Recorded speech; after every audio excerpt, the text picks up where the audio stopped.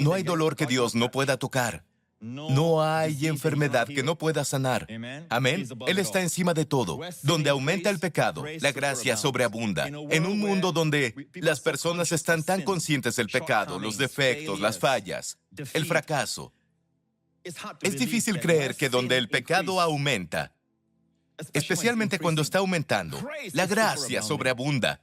Pero debemos creerlo. Amén. Pablo predicó tanto que donde aumenta el pecado, la gracia sobreabunda, que fue mal interpretado. Y sus palabras fueron tergiversadas, como si dijera, vamos a pecar a propósito para que la gracia abunde. Pero Pablo no dijo eso. Pablo dijo, donde el pecado aumenta, la gracia sobreabunda. En griego, huper, periseuo, literalmente hiper, huper.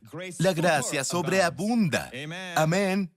Y todas las personas dicen, amén. Vamos a estar conscientes de la gracia de Dios, no del pecado. Amén. Vamos a estar conscientes de la vida de Dios y su sanidad y salud, no de la enfermedad y el dolor. Amén.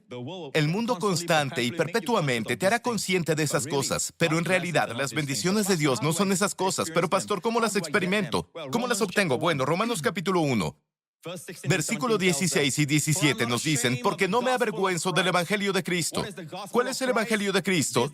Este es el Evangelio de Cristo. No me avergüenzo del Evangelio de Cristo porque es el poder de Dios. El Evangelio es poder. El poder de Dios está en el Evangelio. Cuando predicas el Evangelio, el poder de Dios se libera. Es poder de Dios para salvación. Y la palabra salvación aquí es soteria, que no solo significa salvarse del infierno, salvarse de la muerte espiritual. La palabra salvación incluye sanidad, integridad, conservación, protección y prosperidad. Literalmente, son las palabras que encontrarás si buscas la palabra en el lenguaje original. De acuerdo, descubrirás que todo eso comprende una palabra, salvación. Amén. En hebreo es Yeshua. Amén, que es salvación, sanidad, prosperidad, liberación, conservación, integridad, aleluya. El poder de Dios para guardarte, el poder de Dios para sanarte, el poder de Dios para tu integridad emocional, de la depresión, de la opresión, el poder de Dios para tus relaciones maravillosas. Amén. Dios puede salvar tu relación. ¿Cuántos pueden decir amén? Dios puede salvar tu matrimonio. Dije que Dios puede salvar tu matrimonio. No limites la salvación de Dios a una sola área. De hecho, la mujer que había tenido flujo de sangre, cuando tocó el borde de su manto, Jesús se volteó y dijo, tu fe te ha sanado. La palabra sanado aquí es la forma soteria, soso, que es el verbo de soteria. Esas palabras, el poder de Dios para tu salvación es muy grande, para cada uno de los creyentes, para el judío primero y también para el gentil, porque en este evangelio, la justicia de Dios es revelada. Por desgracia, a veces, cuando escuchas el evangelio predicado hoy en día, escuchas que los pecados del hombre son revelados. No hay duda de que las personas saben que han pecado, por eso ellos evitan a Dios, no quieren hablar sobre eso y no quieren hablar sobre Dios, porque eso les trae a flote la realidad del pecado. Las personas no quieren recordar que han pecado en su vida, pero el Evangelio no es una revelación de los pecados. El Evangelio es una revelación de la justicia de Dios por fe y se revela a través de la fe. ¿Puedo oír un buen amén? Como está escrito, el justo vivirá por la fe. Muchas veces, cuando lees ese versículo, el justo vivirá por la fe, comienzas a pensar, sé qué significa eso, significa que todos los creyentes viven por fe. Eso es lo que yo pensaba. Pero ¿qué dice en realidad aquí? El tema es la justicia. Justicia por la fe, di justicia por la fe. La justicia por la fe es la clave a toda bendición de Dios. Porque es la base con la que Dios puede bendecirte. Y este versículo literalmente dice que el justo por la fe vivirá. No que el justo vivirá de la fe. El justo por la fe vivirá. Algunas traducciones resaltan eso bien, como la traducción literal de Young lo explica. Otra traducción dice, el justo por fe vivirá. Esto es diferente a el justo vivirá por la fe, ¿cierto? El justo por fe vivirá. Si crees que eres justo por fe, vivirás. Amén. ¿Por qué debemos ser justos por fe? Porque cada día seguimos conscientes de la presencia del pecado en nuestros pensamientos, en nuestra carne, en nuestros sentimientos, en nuestras emociones, en nuestros sentidos. ¿Cierto? ¿De acuerdo? ¿Alguno desde que fue salvado no siente ningún pecado?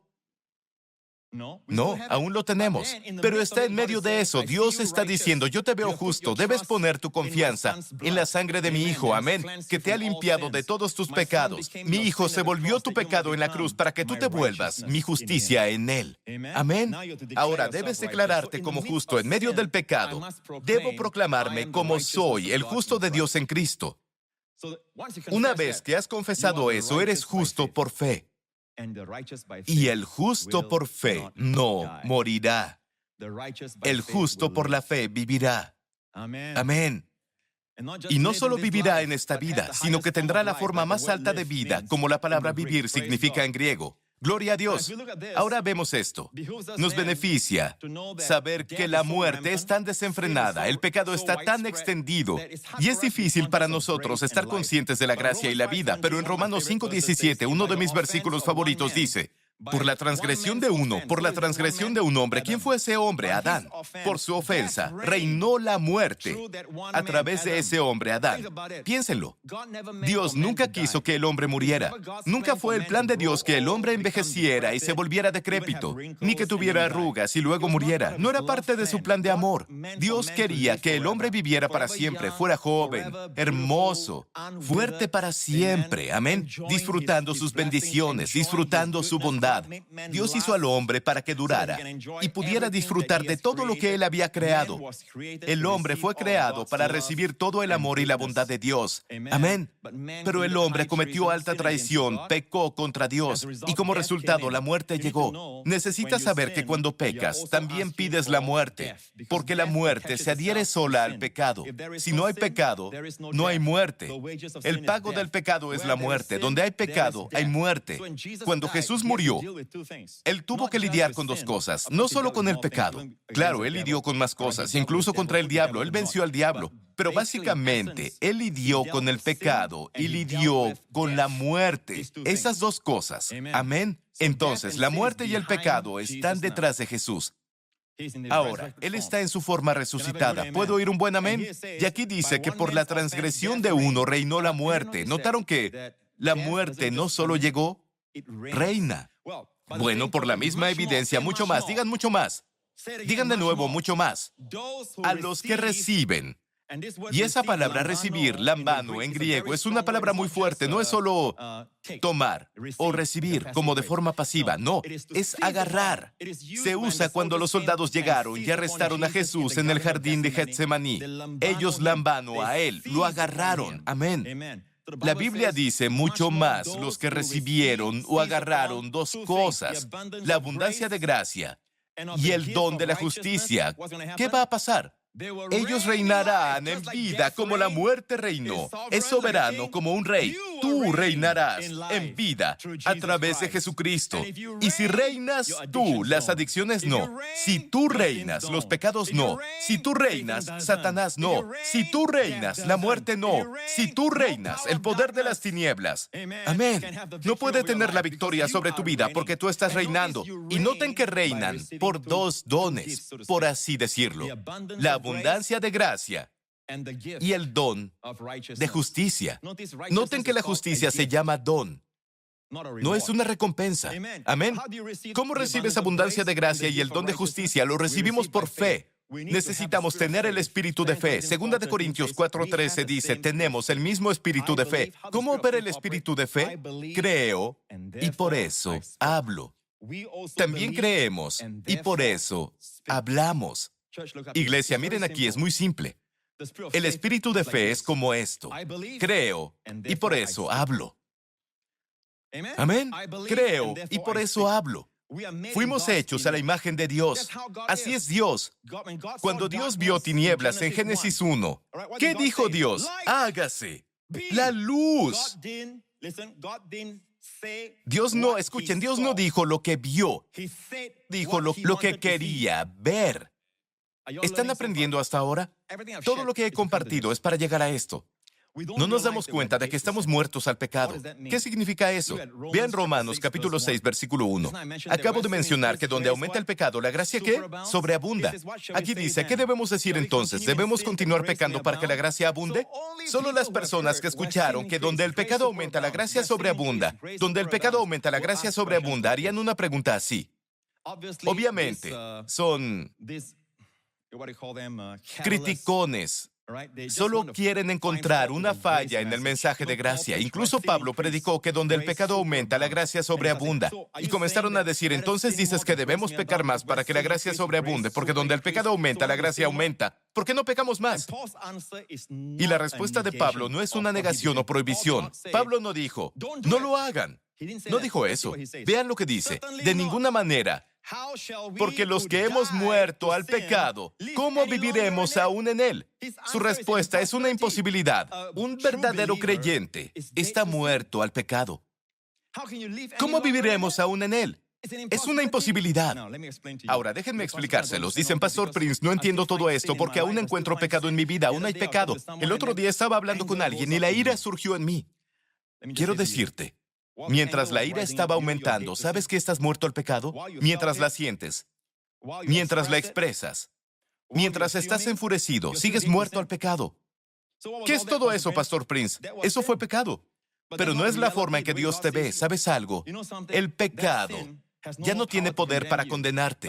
Ahora vean esto. Espera. Pastor Prince, entonces está diciendo que podemos hacer todo lo que queramos. No, de hecho, al continuar, verán a qué me refiero. Pero hay una enseñanza ahora que dice que un cristiano necesita aprender a morir al pecado. Eso es un error. Hay otro. Todos estamos muriendo al pecado. Debemos aprender a morir al pecado. No existe eso de morir al pecado. O estás muerto al pecado o no estás muerto al pecado. A los que están en el cementerio no les dices, estás muriendo o estás muerto. Están muertos. ¿Cierto? Ahora, ¿qué significa estar muerto al pecado? Vamos a bajar. Sabiendo que Cristo, habiendo resucitado de los muertos, ¿cuántos saben que Cristo fue resucitado de los muertos? Él está vivo hoy a la diestra del Padre. Ahora, ¿Él pasó por la muerte? ¿Él murió? Sí. Él murió, ¿cierto? ¿Dónde murió? En la cruz. Él fue enterrado y al tercer día Dios lo resucitó de los muertos, sabiendo que Cristo, habiendo resucitado de los muertos, ya no muere. ¿Dónde está la muerte? Detrás de Jesús, ¿cierto? ¿La muerte está detrás de Jesús? Sí. Él ya no muere. La muerte no se enseñorea más de Él. Sí, Él está del otro lado de la tumba. Él está del otro lado de la muerte. Amén. Está más allá de la muerte ahora. En su vida resucitada nunca puede morir de nuevo. La muerte ya no tiene poder sobre Él. Observa esto. Tiene que ver contigo. Escucha con atención, porque en cuanto murió, al pecado murió. ¿Cuántas veces? ¿Cuántas veces? Una vez por todas. Esa idea de morir diario, morir al pecado. Debemos aprender a morir al pecado. Todo eso está mal. Jesús murió al pecado, ¿qué tan seguido? De una vez por todas. Escuchen, ¿de qué forma Jesús murió al pecado? ¿Jesús cometió pecado y luego murió al pecado? No, Él nunca pecó. Él fue sin mancha. ¿Por cuál pecado murió Jesús? Los pecados que le fueron imputados. Fueron nuestros pecados los que llevó. En otras palabras, Él murió para imputar el pecado. Él murió al juicio, la culpa y a la condenación del pecado. Necesitas saber eso, porque si eso se aplica a nosotros, significa que también morimos a la culpa, al juicio y a la condenación del pecado. La vida que Él vive para Dios. En otras palabras, Jesús, la muerte está detrás de Él. La muerte ya no tiene poder sobre Él. La vida que vive para Dios ahora en el cielo. Él aún es 100% hombre y 100% Dios. Claro, pero Él vive allí como hombre. Amén. Tras el poder de una vida eterna. Ahora vean esto. ¿Qué tiene que ver esto conmigo, Pastor Prince? Siguiente versículo. Por la muerte que Él murió, murió al pecado de una vez y para siempre. Así también, ustedes, en New Creation Church, en Grace Revolution Church, quien está viendo esto ahora, así también significa de la misma manera. Pensé en poner eso por si alguien no entendía, así también. De la misma manera, no de diferente manera, ustedes considérense muertos al pecado. ¿Qué tan seguido?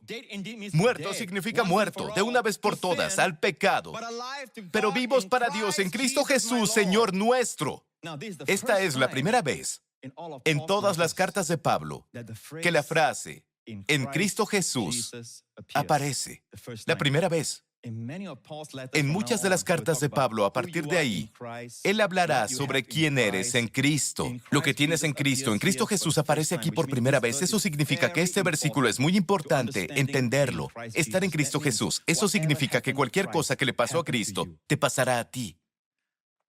Cuando lo sabes, verás, la palabra considerar es un término de contabilidad. Asimismo, consideres. Eso significa que cuenten con el hecho de que Cristo murió al pecado, que ustedes murieron. Así como Él está vivo para Dios en vida de resurrección, así también estás tú.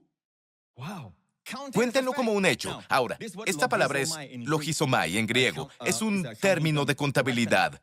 Considera imputar. No es una ilusión. No tienes que considerarlo para que sea un hecho. Consideras en vista del hecho. ¿Entienden? Si logizomai considero que tengo $1,000 en el banco, es porque tengo $1,000 en el banco.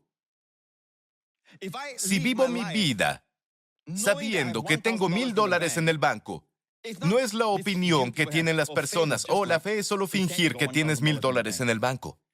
Finge y actúa así. Puedes gastar el dinero, pero no tienes $1,000 en el banco. No, eso no es fe. No sé dónde oíste eso, pero no es fe. Eso no es fe bíblica. La fe bíblica es, tienes $1,000 en el banco y tú considérate como alguien con $1,000 porque los tienes. Debes de vivir tu vida sabiendo eso. ¿Puedo oír un buen amén? Por desgracia, el último versículo después de este es el que las personas predican mucho. Muy bien, ellos dicen, no dejes que el pecado se enseñoree de tu cuerpo mortal. Pastor Prince, debería escuchar más predicaciones sobre no dejes que el pecado se enseñoree de tu cuerpo mortal, pero ellos están confundiendo los imperativos con los indicativos. Antes del imperativo, te dice que lo que le pasó a Cristo, ese es el indicativo. Ahora vean esto. El siguiente versículo, el último que citaremos hoy, no reine, pues, el pecado en su cuerpo mortal, de modo que lo obedezcan en sus concupiscencias. Ahí está, Pastor Prince, debe predicar eso. Pero escuchen, no dice que no dejes que el pecado reine. Dice, no reine, pues. ¿Por qué dice pues ahí? Cuando encuentran un pues en la Biblia, siempre descubran por qué está ahí. ¿Saben por qué pues está ahí? ¿Saben por qué? ¿Por qué pues está ahí? ¿Por qué? Por los hechos precedentes. Sabiendo que Cristo murió al pecado de una vez por todas, Él está vivo con Dios en la vida de resurrección. Tú debes verte en Cristo. Tu pecado y la muerte están detrás de ti. Estás de frente al Padre en el Cristo resucitado. Eres un ser resucitado. Eres un hombre celestial. Estás andando en una vida nueva. Amén. Por eso, pues, no dejes que el pecado te moleste. No dejes que el pecado diga, oye, estoy ascendiendo en ti como ira, ahora enójate. Amén. Maldice al chico. No dejes que el pecado te confunda en pensar que aún eres la vieja persona. Pero Pastor Prince no se da cuenta, a veces a medianoche tengo pesadillas, imágenes que he visto de tiempos pasados, pensé que las había olvidado, llegan a mi mente y me siento sucio, me siento manchado y despierto en medio de la noche. A pesar de todo eso, Satanás quiere hacerte pensar, no estás muerto al pecado, no eres una persona resucitada en Cristo, sigues siendo la misma vieja persona, es mentira, no eres tú, se siente real, parece real, las sensaciones son reales, pero Dios dice, no lo es. Dios dice, estás muerto al pecado de una vez por todas, no puedes morir de nuevo al pecado, estás muerto al pecado, ahora estás en el Cristo resucitado. Es tiempo de confesar, yo soy justo. En medio de sentirte sucio, debes confesar, soy la justicia de Dios en Cristo. Hay veces en las que le dices algo a alguien y esa persona te dice algo y luego no quieres soltarlo, dices algo a la persona, no quiero decir que es entre esposos. Luego dices algo más y la persona dice algo más y luego piensas, tal vez deberías dejarlo. Luego dices algo más y la persona dice, y ya estás discutiendo. Amén. Antes de recordar que eres cristiano y luego te atrapas. Oh no, oh no. Se supone que estoy muerto al pecado. ¿Qué pasó? Y el diablo viene a decir, ¿ves? No estás muerto al pecado, todo esto no es real. Mira tu experiencia, mira lo que acabas de experimentar. Experiencia, experiencia, experiencia. El diablo está en el reino de la experiencia. Amén. Está en el reino de las sensaciones, sentimientos, pero en el momento en que lo pones en el reino de la fe, Él está vencido. ¿Saben qué? Pónganlo en el reino de la fe. No puede vencerte ahí. Di no, a pesar de lo que estoy sintiendo, lo que estoy experimentando, soy la justicia de Dios en Cristo. Soy la justicia de Dios en Cristo. Y a veces debes decirlo con fe pura, sin sentimientos. ¿Sabes algo? A Dios le encanta. Sin fe, es imposible agradar a Dios. Alabado sea el Señor. Voy a compartir con ustedes en este momento que estamos esperando, iglesia. Como muchos de ustedes, por el rapto. Estamos esperando ahora por el rapto. Amén. Y la palabra rapto no está en la Biblia, ¿sí? Y la palabra arpazo sí está. Y la palabra arpazo es como la palabra rapto, que significa quitar, arrebatar de la iglesia. Alabado sea el Señor. Y esta verdad fue compartida primero por Pablo. Ahora Jesús lo dio a entender en el aposento alto. Cuando dijo esto en Juan 14, Jesús dice: no se turbe el corazón de ustedes. Creen en Dios, crean también en mí. En la casa de mi Padre muchas moradas hay. De otra manera, se los hubiera dicho. Voy, pues, a preparar lugar para ustedes. Y si voy y les preparo lugar, vendré otra vez y los tomaré conmigo. Ese es el rapto. Ahí mismo. Para que donde yo esté, ustedes también estén. Ahora, fue el apóstol Pablo que elucidó sobre el rapto. Y fue a los cristianos tesalonicenses, los cristianos de Tesalónica, a quienes primero les descubrió este misterio, porque ellos se sentían desesperados por sus seres queridos que habían fallecido y sentían que solo entendían acerca de la segunda venida de Cristo que fue profetizada por Isaías, Jeremías, Ageo y el resto de los profetas en el Antiguo Testamento. Solo tenían una idea de esa venida, no del rapto, y sentían que ahora que sus seres queridos habían fallecido, que sus seres queridos no serían parte de lo que Dios haría, amén, de la dicha y la felicidad que Jesús traería. Y Pablo, al escribir esta primera carta a los tesalonicenses, la primera carta a los cristianos tesalonicenses, él trató con esto. Y esto es lo que él dijo.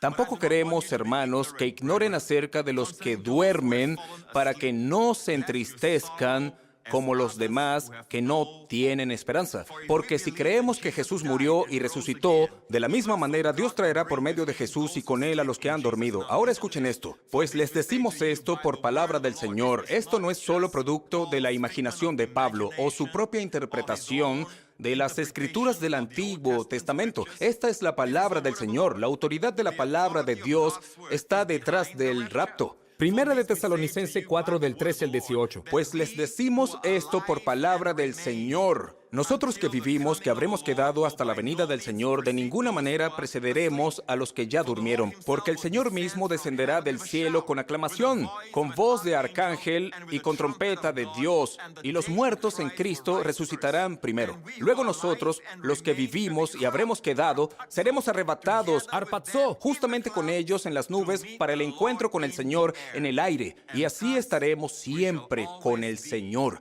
Por tanto, aliéntense los unos a los otros con estas palabras. No solo esa iglesia, la Biblia dice que cuando ocurra el rapto, tendremos un cuerpo totalmente nuevo. No estaremos flotando como espíritus. Espíritus sin cuerpo. No, tendremos un cuerpo completamente nuevo. Y en Filipenses capítulo 3, esto es lo que Pablo dice por el Espíritu. Filipenses 3:20 al 21. Porque nuestra ciudadanía está en los cielos, de donde también esperamos ardientemente al Salvador, el Señor Jesucristo. Noten, iglesia, que la posición cristiana no está esperando la tumba, no está esperando morir, envejecer y morir. Bien, la posición cristiana aquí es muy clara. Él transformará nuestro cuerpo de humillación para que tenga la misma forma de su cuerpo de gloria, según la operación de su poder, para sujetar también a sí mismo todas las cosas.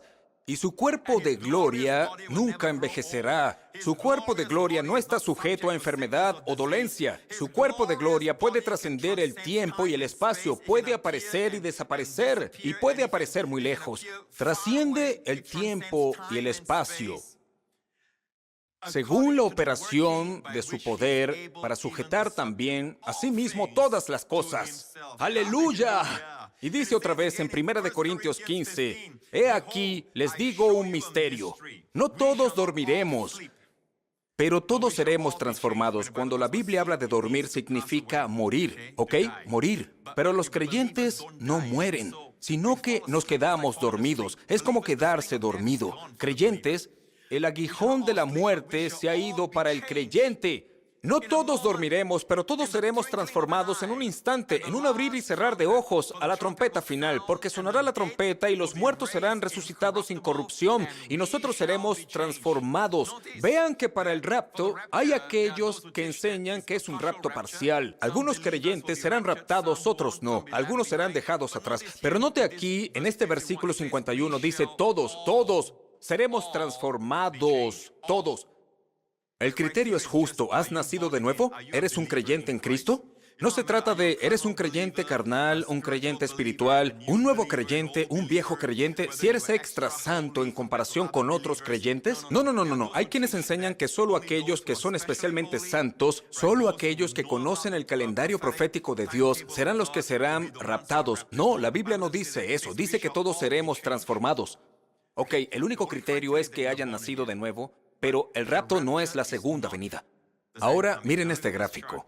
Este es nuestro tiempo presente. Bien, a la izquierda, aquí es nuestro tiempo presente. Ahí es donde tú y yo estamos. Estamos esperando el rapto, y entonces, cuando seamos raptados, estaremos en la casa del Padre.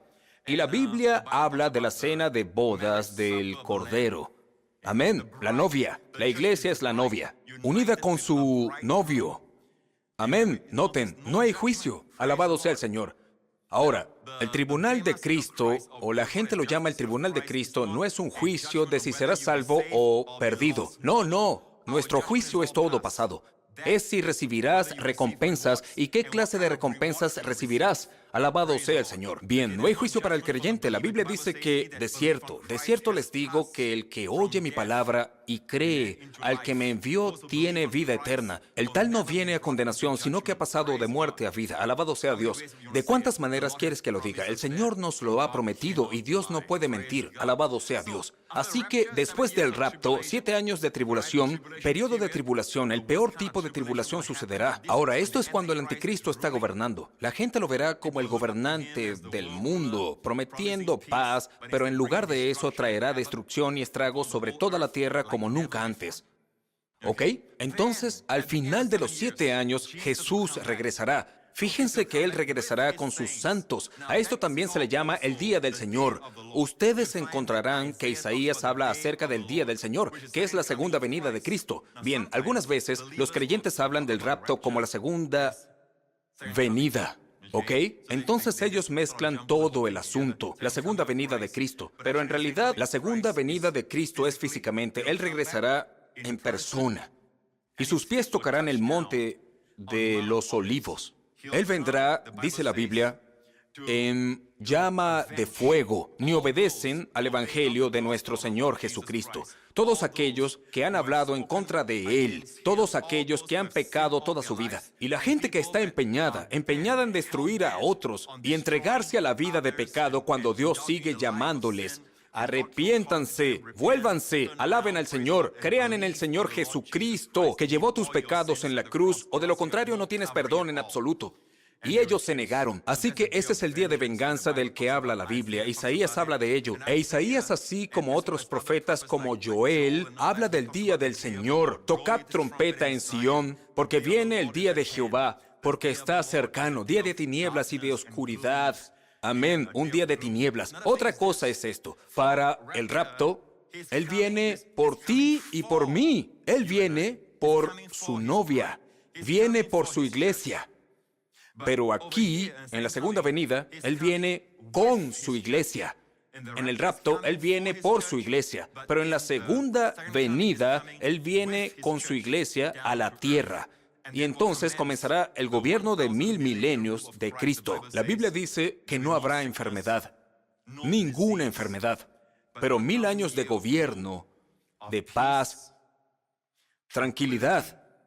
Amén, libre de pecado por 1000 años, porque Jesús estará gobernando. Aleluya, alabado sea el Señor.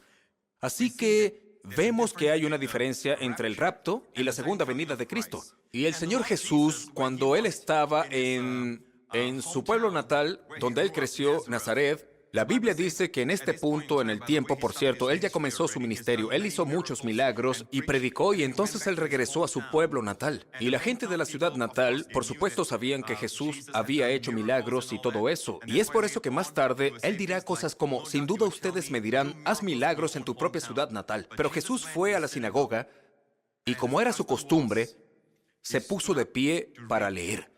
Ahora bien, lo que hacen es que hasta el día de hoy los judíos todos los sábados, todos los Shabbat, todos los sábados leerán una porción. Ellos la llaman Parashat, una porción de las Escrituras, y todo está delineado para ellos durante todo el año. No pueden elegir dónde quieren que esté. Sucede que la porción de Jesús para este tiempo en particular, cuando estaba allí en Nazaret, era de Isaías 61, sobre el Mesías. Y esto es lo que dijo el Señor.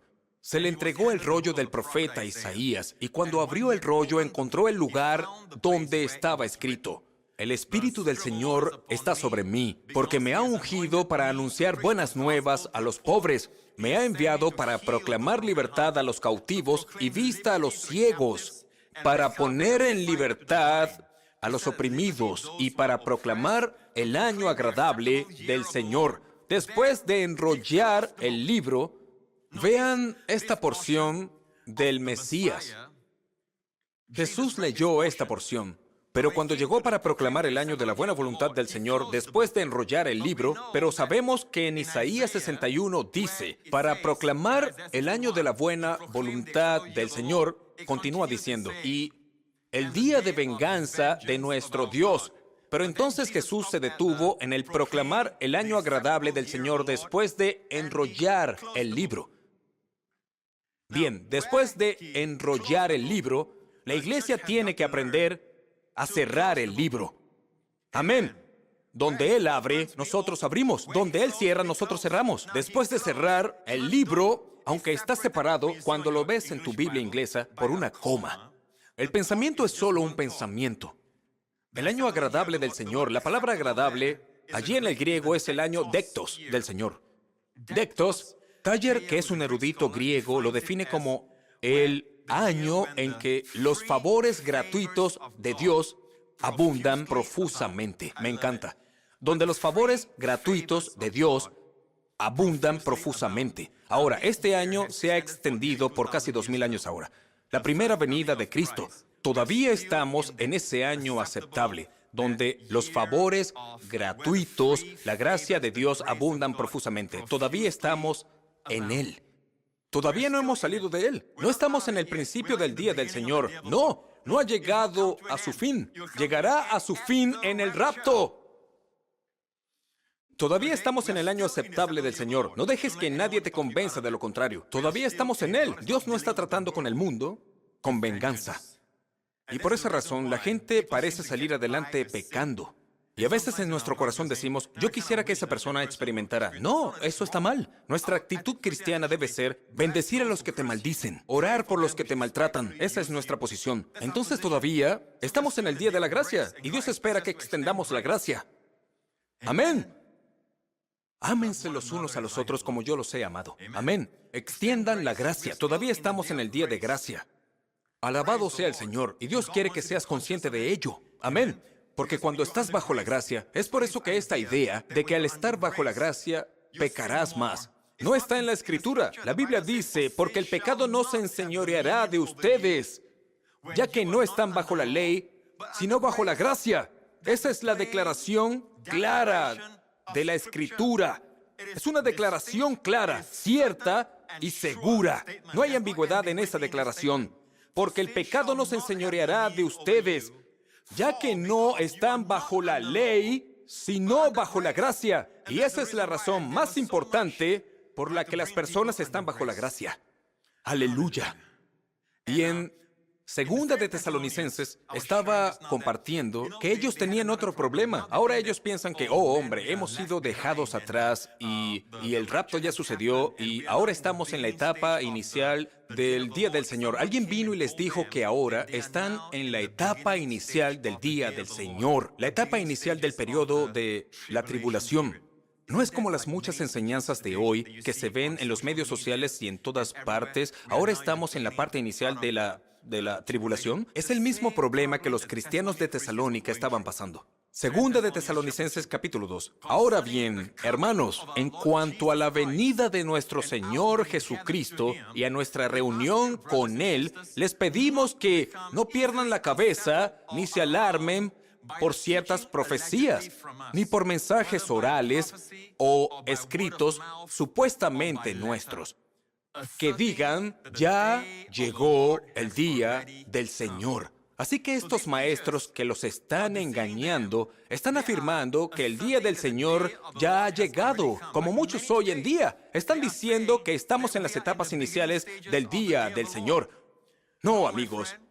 Y Pablo continúa diciendo, no se dejen engañar de ninguna manera, porque primero tiene que llegar la rebelión contra Dios y manifestarse el hombre de maldad, el destructor por naturaleza.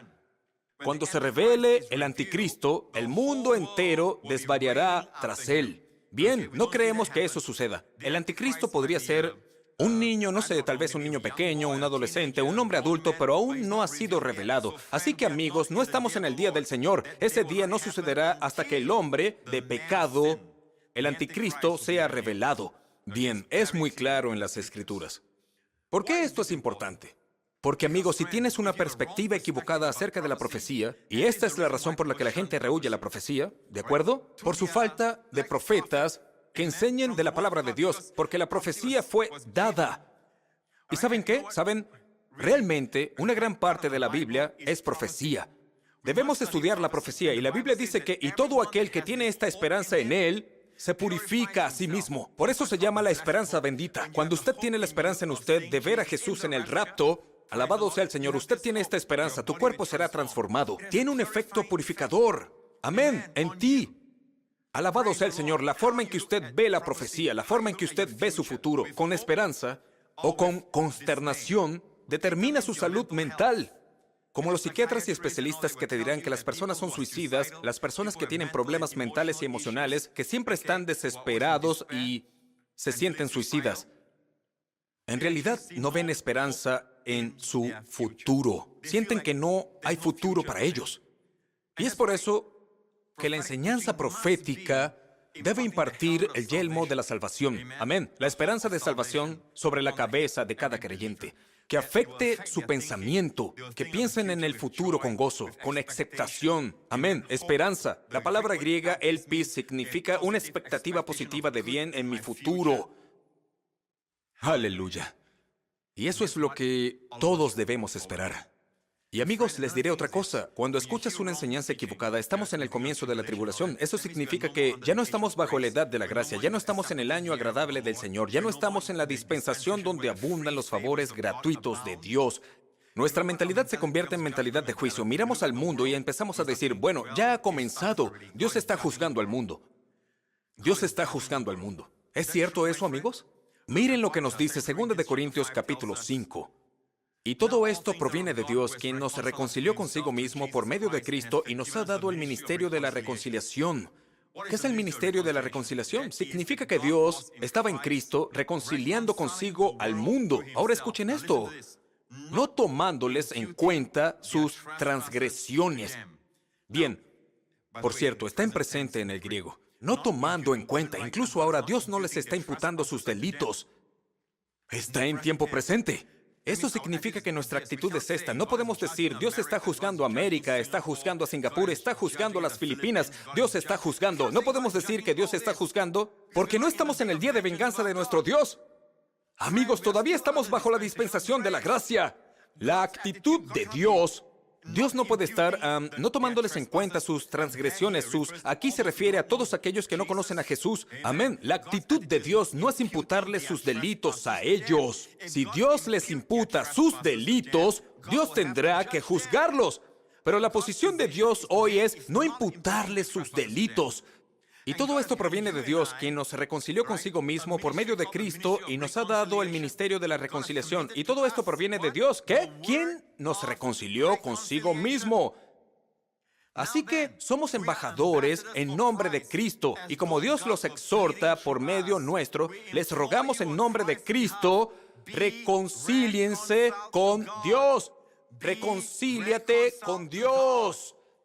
Dios nos cuenta tus pecados en tu contra. Ese es el evangelio de la gracia. Dios nos cuenta tus pecados contra ti porque Él contó todos tus pecados en el cuerpo de su Hijo en la cruz. Ahora vuelve a Dios. Dios no está enojado contigo. Todos sus pecados han sido juzgados en la cruz. El camino está abierto. Su sangre, la misma sangre que derramó en la cruz, rasgó el velo y allanó el camino para que puedan entrar en la presencia de un Dios 3 veces santo sin temor ni temblor. No es solo eso. Escuchen bien. Dios es justo al hacerte justo. Y el fundamento por el cual Él puede hacer eso es la muerte de Cristo en esa cruz. ¡Aleluya! Así que, amigos, se los suplico. Reconcíliense con Dios. Dios no está enojado con ustedes. Vuelvan a Dios. Miren, Dios no sabe cómo reconciliarse contigo. Su corazón ya siempre te está reconciliando. Él no está contando tus pecados contra ti. Es tu movimiento. Reconcíliate con Dios. Les rogamos en nombre de Cristo, reconcíliense con Dios. Al que no conoció pecado por nosotros, Dios lo hizo pecado para que nosotros fuéramos hechos justicia.